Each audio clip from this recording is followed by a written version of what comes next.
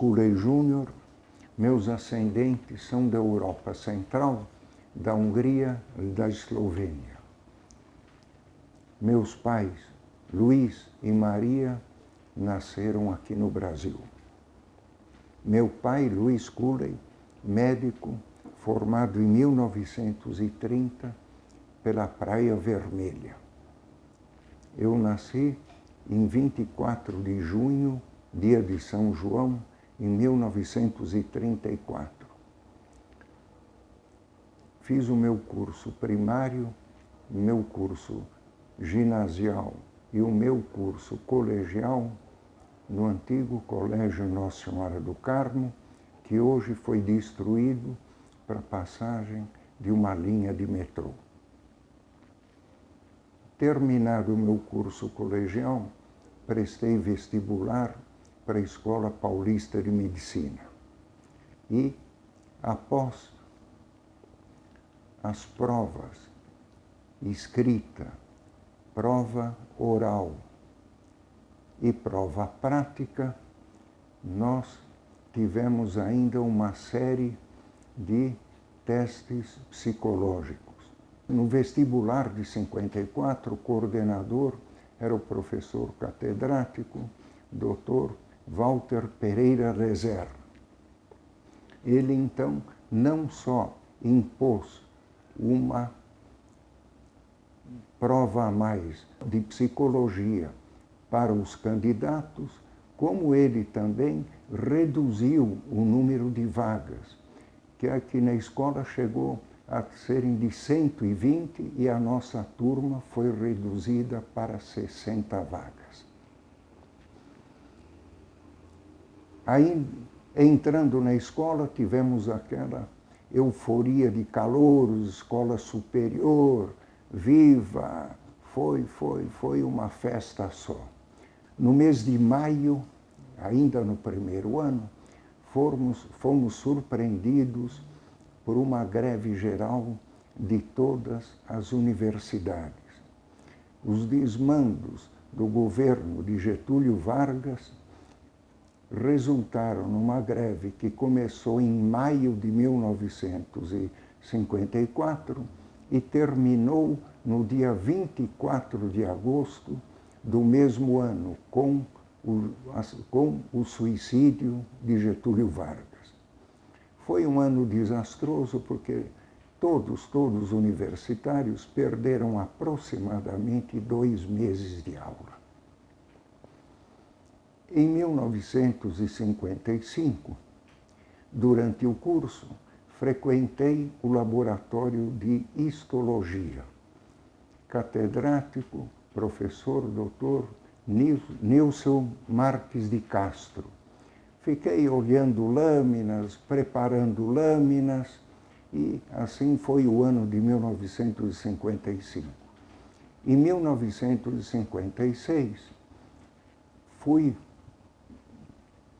componente de uma chapa vencedora para o centro acadêmico e durante todo o ano exerci a função de diretor social. 1957, durante o curso, prestei concurso para a enfermaria de clínica médica, serviço do professor Jairo Ramos. Também catedrático. Ficamos lá o ano de 57 e avançamos por 58.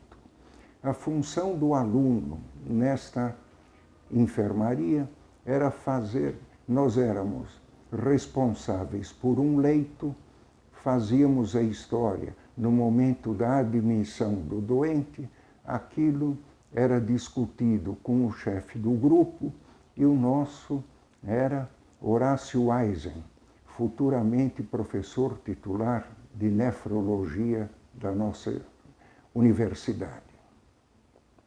E aquilo depois era submetido e tomávamos então parte nas discussões de caso, aprendíamos terapêutica, enfim, o dia a dia de uma assistência a um paciente internado.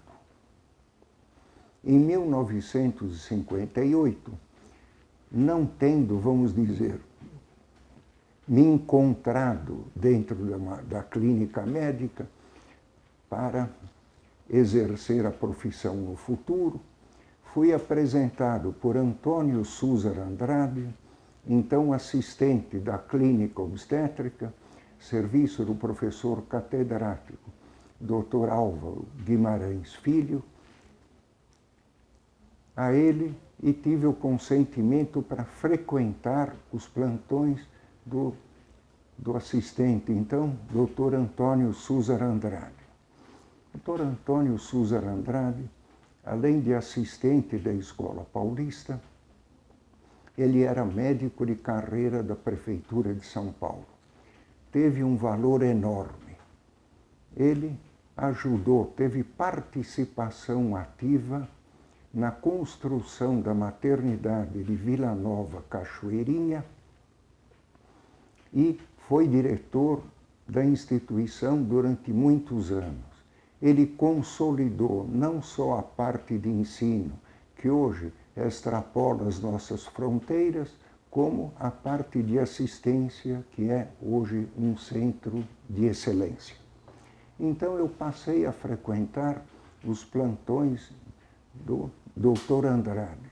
Eles eram na terça-feira e sempre à distância. À distância porque a clínica obstétrica era muito pequena. Tinha, em média, 5, 6 partos por dia. Isto era insuficiente para ministrar conhecimento para os alunos do curso médico, de forma que ele atendia mais a formação de enfermeiras da Escola de Enfermeiras do Hospital São Paulo, hoje Escola Paulista de Enfermagem. Os alunos que interessavam-se por obstetrícia tinham que se deslocar à Casa Maternal Leonor Mendes de Barros, na ocasião, tendo como diretor o livre-docente professor Domingos José Delácio, e lá, então, eles durante 2 ou 3 anos aprendiam obstetrícia com dezenas e dezenas de partos por dia. Mas voltando à Escola Paulista de Medicina, aqui os plantões eram à distância. O obstetra somente era chamado na eventualidade de uma intercorrência durante o parto, isto é, quando estava praticamente indicada uma cesárea. O período da noite era exercido do plantão de 24 horas por Dr. Andrade, era exercido pelo Dr. Luiz Camano, colega nosso e contemporâneo da escola e companheiro nosso até os dias de hoje. Terminado o nosso curso em 59, nós tivemos a surpresa, durante o ano de 59, como doutorandos, o convite do professor Jairo Ramos, que foi nosso paraninfo, para começar um curso ou uma chamada na ocasião atividade de adestramento dos médicos após a formatura, que levava o nome, então, de residência médica. E a primeira turma de residência médica da nossa instituição foi justamente com a minha turma. Começou em fevereiro de 1960. Éramos 10 colegas aqui da Escola Paulista de Medicina, mas para que se iniciasse uma residência, precisávamos de 12 médicos recém-formados. E aquela angústia ficou até meados de janeiro, quando não tínhamos ainda um número suficiente, porque 12 era o mínimo, menos que 12 não haveria residência. Foi quando então aportaram aqui em São Paulo 2 colegas nossos da Universidade Federal do Rio Grande do Sul, Sérgio Ruschel e Luiz Carlos Vepo. Nós começamos a residência com os nossos colegas de turma, então. Sérgio e Luiz Carlos se juntaram a nós, Antônio Ritt, José Gastão da Cunha Júnior, Joel Buchala, Dilson Machado Lara, Eurico de Campos Guerra, José Geraldo Ciscato, José Kerbauer, o Anandi Andrade, entre parênteses, na minha turma de 60 alunos, tinham 2 Anandis, 2. Um deles fez residência. Uma única mulher, Maria Anice Cali, depois minha esposa e eu. Nós rodávamos pela porta, que nada mais era do que o apelido do pronto-socorro, pela pediatria, pela obstetrícia. Isso 2 meses em cada estágio e 3 meses na enfermaria de homens e 3 meses em enfermaria de mulheres.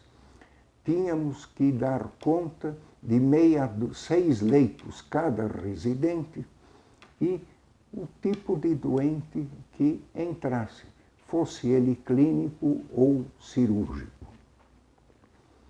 Nós, devido à falta de acomodação, devido aos antigos médicos internos, os de São Paulo que tinham residência, dormiam em casa e davam 12 horas de plantão por dia nos seus respectivos estágios.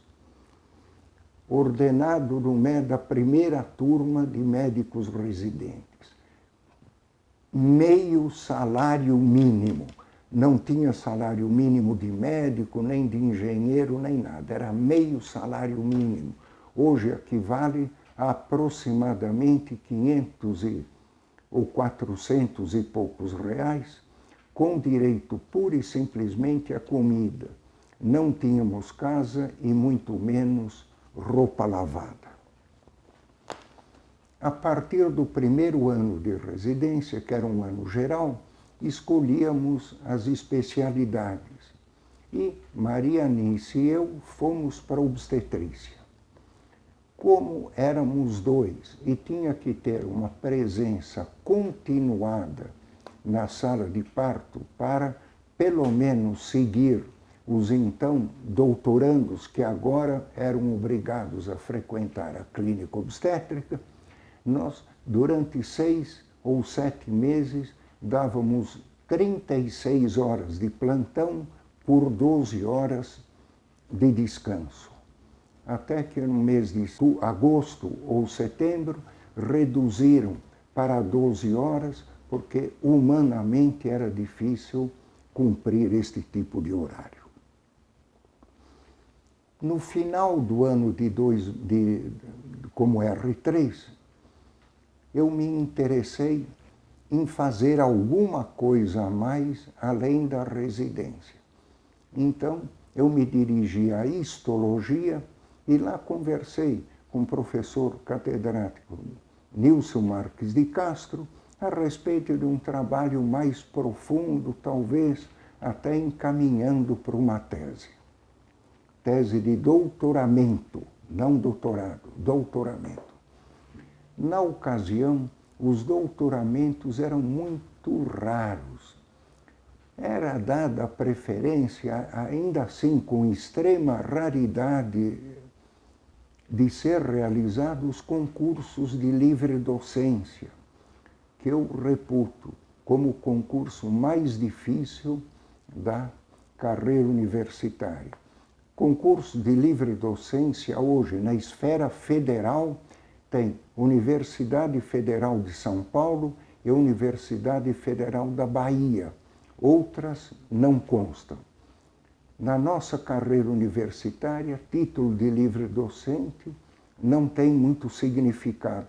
Ao contrário das escolas, das universidades federais, aliás, estaduais, aqui de São Paulo, USP, Unesp e Unicamp, em que o portador do título de livre docente é, no geral, um professor associado. Então, eu comecei um trabalho de pesquisa, inicialmente com placenta de rata. Na ocasião, me chamou a atenção os estudos em histologia a respeito de histoquímica, que eram reações específicas para glicídios, lipídios e protídeos no tecido colhido dos animais. Mas aqui na escola nós não tínhamos ninguém que fizesse isto. Quem fazia isto aqui em São Paulo, e muito bem, era o professor Wilson da Silva Sasso, professor catedrático da Faculdade de Farmácia e Odontologia da Universidade de São Paulo, da USP. Professor Sasso foi formado na nossa escola em 1950 e ele é histologista nato. Ele ficou na histologia junto com o professor Nilson e lá desenvolveu a sua carreira, chegando até livre docente. Com a aposentadoria do catedrático da Universidade da USP, da Faculdade de Farmácia e Odontologia, professor Edgar Barroso de Melo Matos Barroso do Amaral, que também era catedrático na Escola Paulista, ele tornou-se catedrático da USP e desenvolvia muito bem essa parte de histoquímica. Eu, então, fui para a Faculdade de Odontologia. Lá chegando, fui obrigado a ficar durante 2 meses só no micrótomo, incluindo e cortando as peças. Não adiantou dizer que com o professor Nilson eu já tinha feito isto, porque queriam me testar, porque eles tinham na odontologia um outro tipo de micrótomo e ficamos lá durante 2 meses.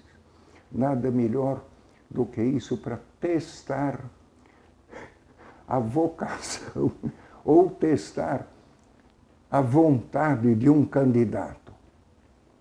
Passando este período, nós então começamos de fato a processar a nossa peça, nosso trabalho que depois se tornaria a tese.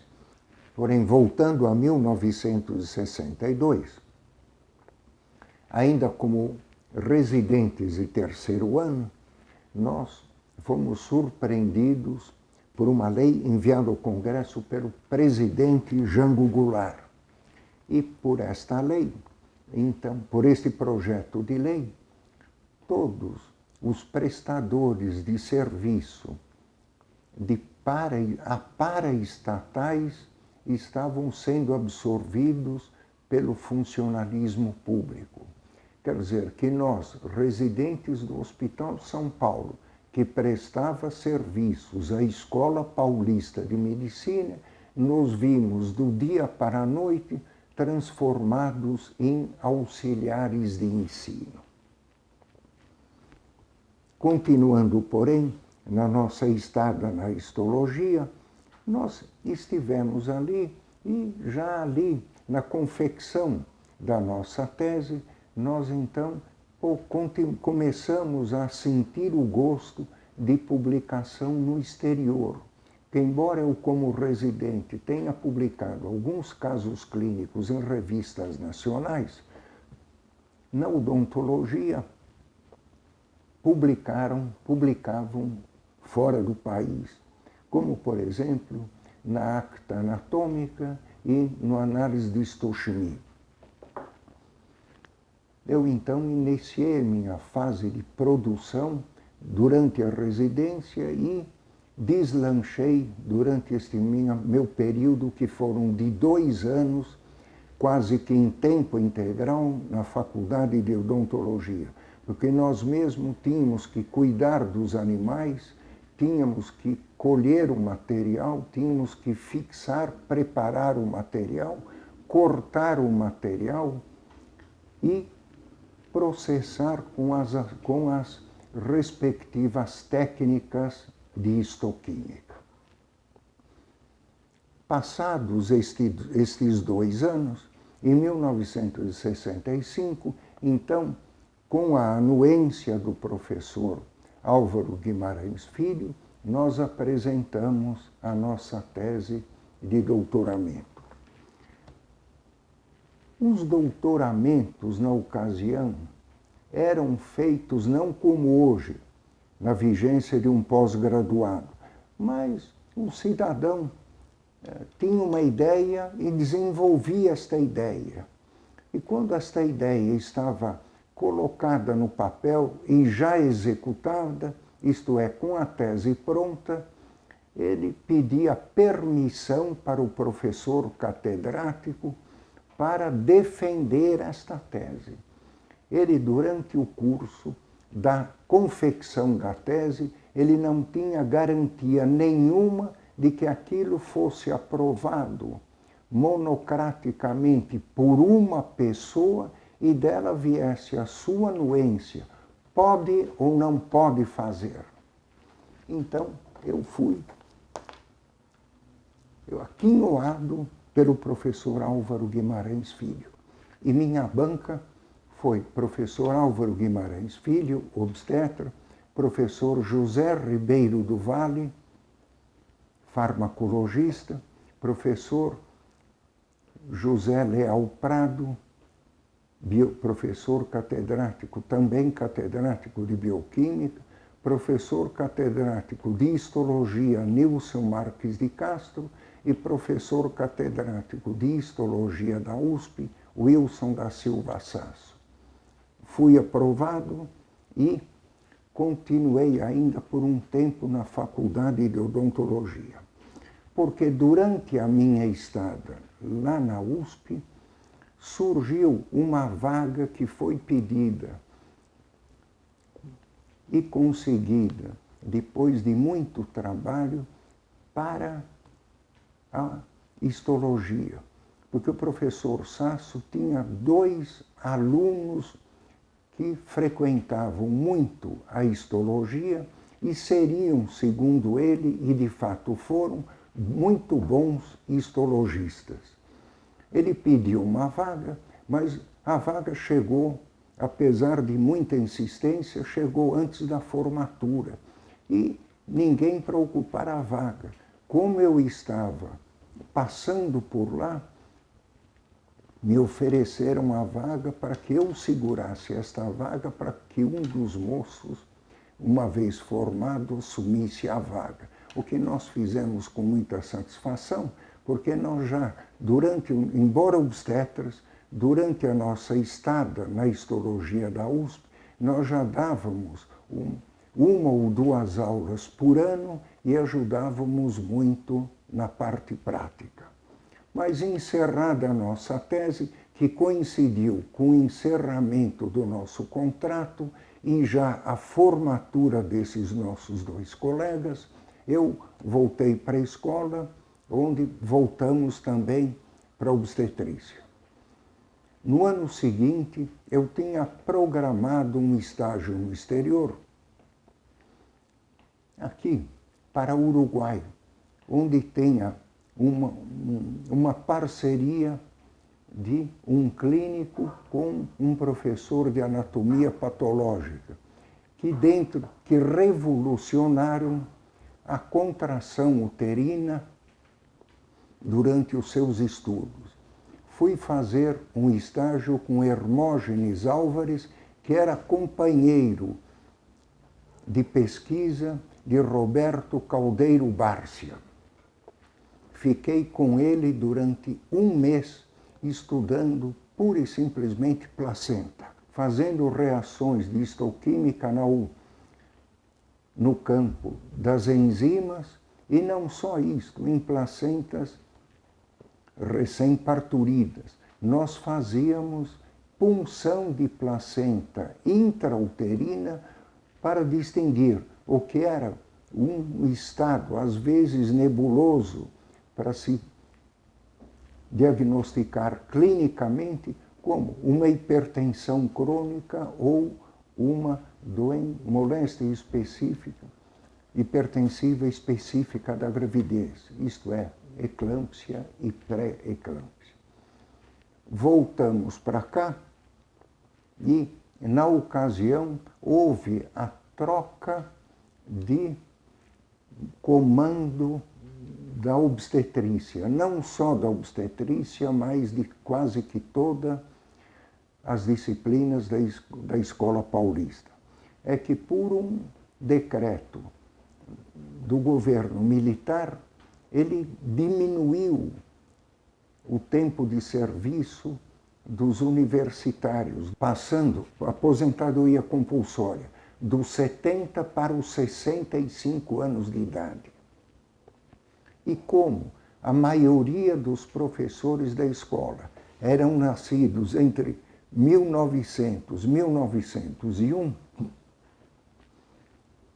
quase que a totalidade deles entrou para a aposentadoria compulsória assim, sem qualquer tipo de preparação ou possibilidade de formar o seu sucessor, o que era feito, no geral, nos últimos 5 anos de exercício. No geral, as substituições foram quase que naturais, menos, porém, na obstetrícia. Na obstetrícia tinham 2 candidatos, Ciro Ciari Júnior, primeiro livre-docente de obstetrícia, e Domingos José Delácio. Isto foi para a comissão, pelo Conselho Técnico Administrativo, e por um concurso de títulos foi escolhido Domingos José Delácio. Então, nesta altura, já sem professor Álvaro Guimarães, estávamos deslocados para o professor Domingos Delácio. E lá permanecemos e continuamos no nosso dia a dia. Um ano depois, em 1967, um novo decreto do governo militar dizia o seguinte: os funcionários interinos estão efetivados. Traduzindo isto para a Escola Paulista, os regentes de disciplina estão promovidos a professores titulares. E, além disto, os assistentes com mais de 10 anos de exercício passam a professores adjuntos e os auxiliares de ensino vão a professores assistentes. Quer dizer que os antigos residentes, como eu, que já tínhamos entrado para o serviço público por uma lei do Congresso, agora, por um decreto, nós fomos promovidos a professores assistentes. No mesmo ano, fui convidado e nomeado pelo professor Delácio, chefe de clínica obstétrica. Chefe de clínica hoje não tem mais. Na época, era um intermediário entre o catedrático e o corpo docente, que chamavam-se vagamente de assistentes. Era um cargo administrativo, era um cargo honorífico, era um misto de algodão entre 2 cristais. Tinha que harmonizar o corpo docente com o titular. Em se tratando do professor Delácio, que tinha um espírito muito impulsivo, isto era muito difícil de ser feito. Alguns anos depois, em 1971, eu então pedi transferência para a disciplina de histologia. Nesta ocasião já não era mais titular Nilson Marques de Castro, que foi o primeiro aluno diretor da Escola Paulista e morreu por um acidente náutico durante a sua permanência como diretor. A histologia teve como regente José Cassiano de Figueiredo, que deu conta muito bem do recado, até que o professor Sasso, se aposentando na Faculdade de Farmácia e Odontologia, foi convidado para assumir a disciplina de histologia do Departamento de morfologia. Então, fui conversar com o professor Sasso e o chefe do departamento, José Cassiano de Figueiredo, e lá então ficou acertado com a anuência do professor Delácio que eu me transferisse com a minha vaga da obstetrícia para a histologia. E lá eu permaneci aproximadamente 11 anos. Foram anos dourados, foram anos ótimos. Lá firmei minha linha de pesquisa, drogas na prenhez, sim, porque no humano é muito difícil, então no animal o experimental é mais fácil. E lá então dei vazão às minhas ideias, produzimos um número razoável de trabalhos e tivemos a oportunidade, então, de colaborar com algumas teses, tanto no departamento de obstetrícia, onde nós nos tornamos, não tinha no doutoramento ainda, como é que se diz, orientador, mas era uma espécie de orientador, porque nós orientávamos o candidato, não tinha o título oficial, mas eram quem orientávamos candidato. Eu tive, então, a satisfação de orientar a tese de doutoramento do meu antigo e sempre protetor Antônio Súzar de Andrade. Tive também a satisfação de colaborar na tese de doutoramento de Antônio Rubino de Azevedo, de Ana Maria Bertini. Além da obstetrícia, como nós estávamos numa cadeira básica, então tivemos condição de ajudar o trabalho do Dr. Nelson Valente, que se transformou em doutoramento na ginecologia. Tivemos também a possibilidade de ajudar Isaac Kleiman, que hoje é professor na Faculdade de Medicina do ABC, no seu mestrado e posteriormente o orientamos na obstetrícia. Tivemos ocasião de colaborar com a tese de Paulo Augusto de Lima Pontes, a otorrino, e de Luke Wex, além de Edmundo Chada Baracá, que nós orientamos mestrado, orientamos doutorado, colaboramos na tese de livre docência e estivemos em todos os concursos que ele prestou, mestrado, sim, doutorado, livre docência e titular aqui na Escola Paulista de Medicina. Ainda na histologia, tivemos a satisfação de orientar os primeiros passos de um biomédico que estagiou na disciplina e hoje é o seu professor titular, Manuel de Jesus Simões, que durante esses últimos 40 anos vimos produzindo e publicando juntos. Depois do credenciamento do curso de pós-graduação de obstetrícia, que ocorreu somente em 1980, nós tivemos a satisfação de colaborar na primeira tese de doutorado da nossa disciplina, que foi justamente de minha esposa, Maria Anice Cali Cooley, que fez a respeito da contagem de lisossomas em placenta de rata. E nós fomos avançando. Em 1978, é preciso que se diga, nós tínhamos na Escola Paulista 22 livre-docentes ainda no cargo de professores assistentes. Não chegavam para a escola, não chegavam para as universidades vagas para ampliar os seus quadros.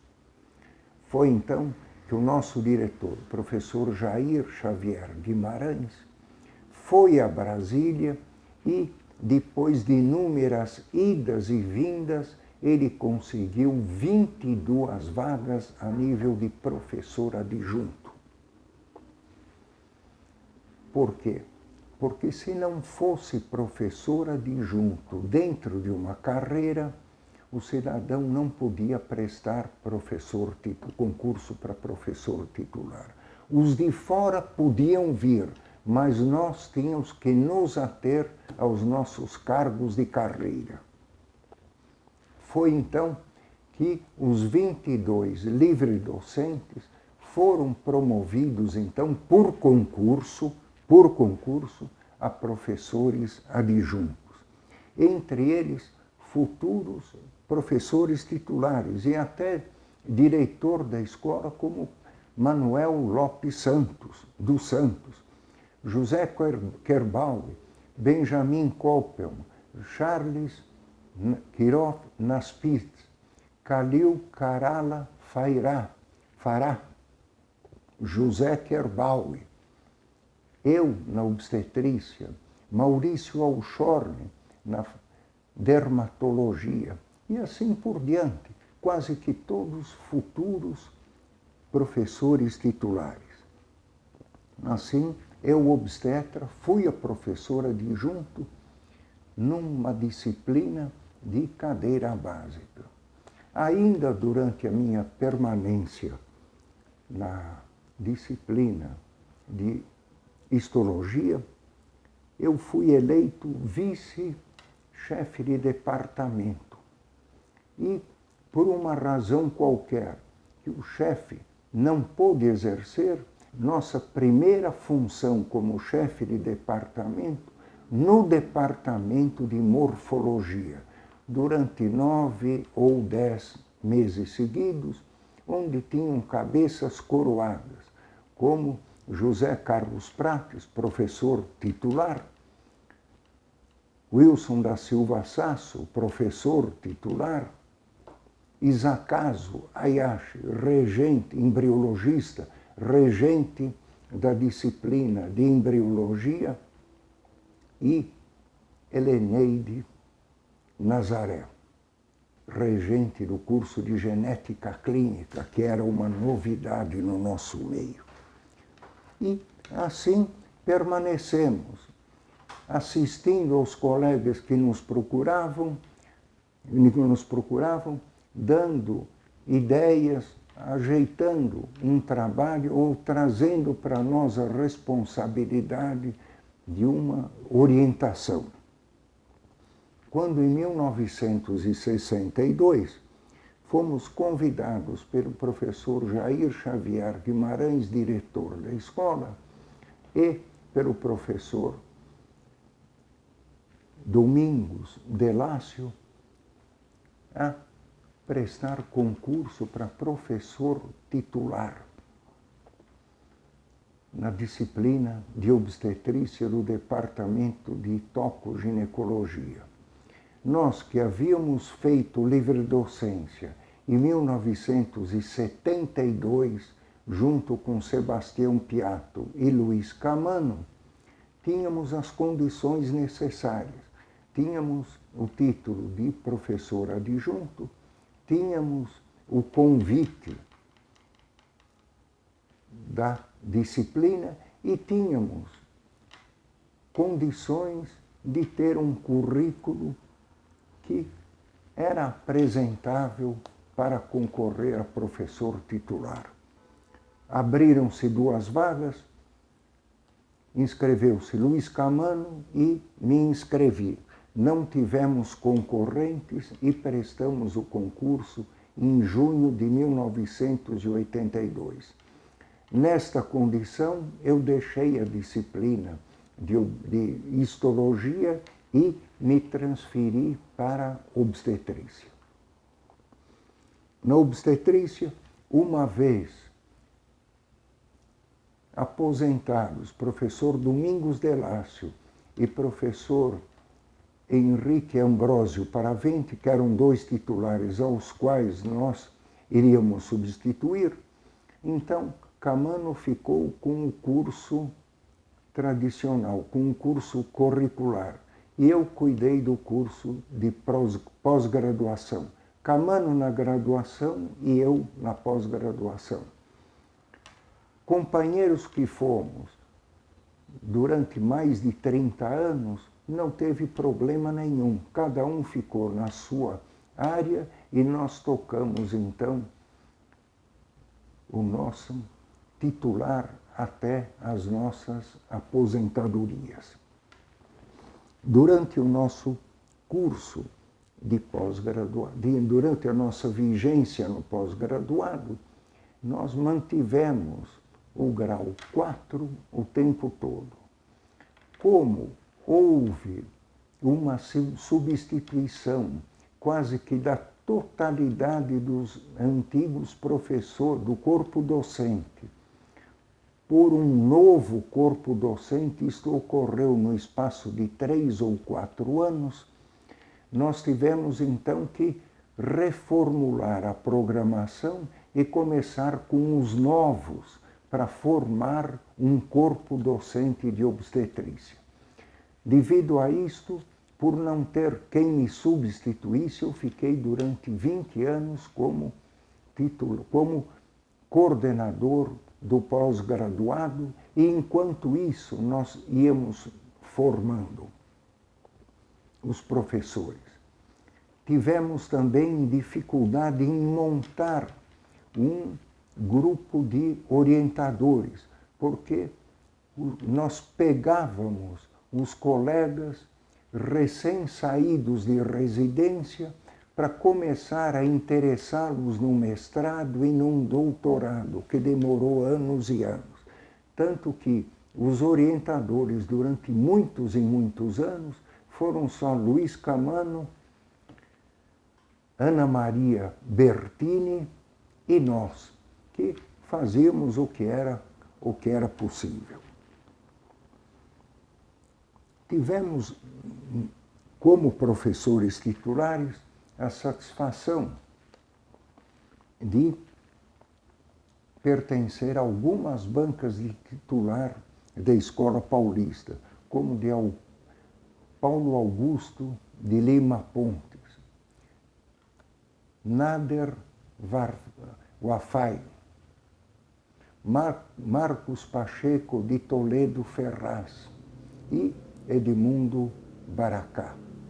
Fora, tivemos a satisfação de examinar um nosso ex-orientando na Faculdade de Medicina da Universidade de Minas Gerais, Antônio Carlos Cabral, que concorreu e venceu o concurso para professor de obstetrícia.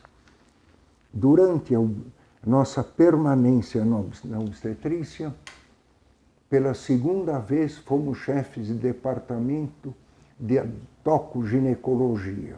E na passagem do milênio, nos separando da ginecologia, nós constituímos o departamento de obstetrícia.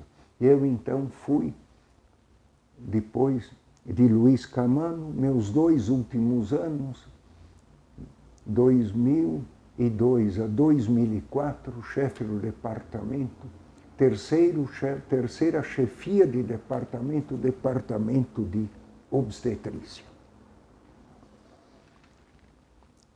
Na nossa permanência como pesquisadores e investigadores, tivemos 30 teses orientadas e coorientadas de mestrado, 40 teses de orientação de mestrado, de orientação e coorientação de doutorado, 120 trabalhos, um bom número deles em boas revistas do exterior.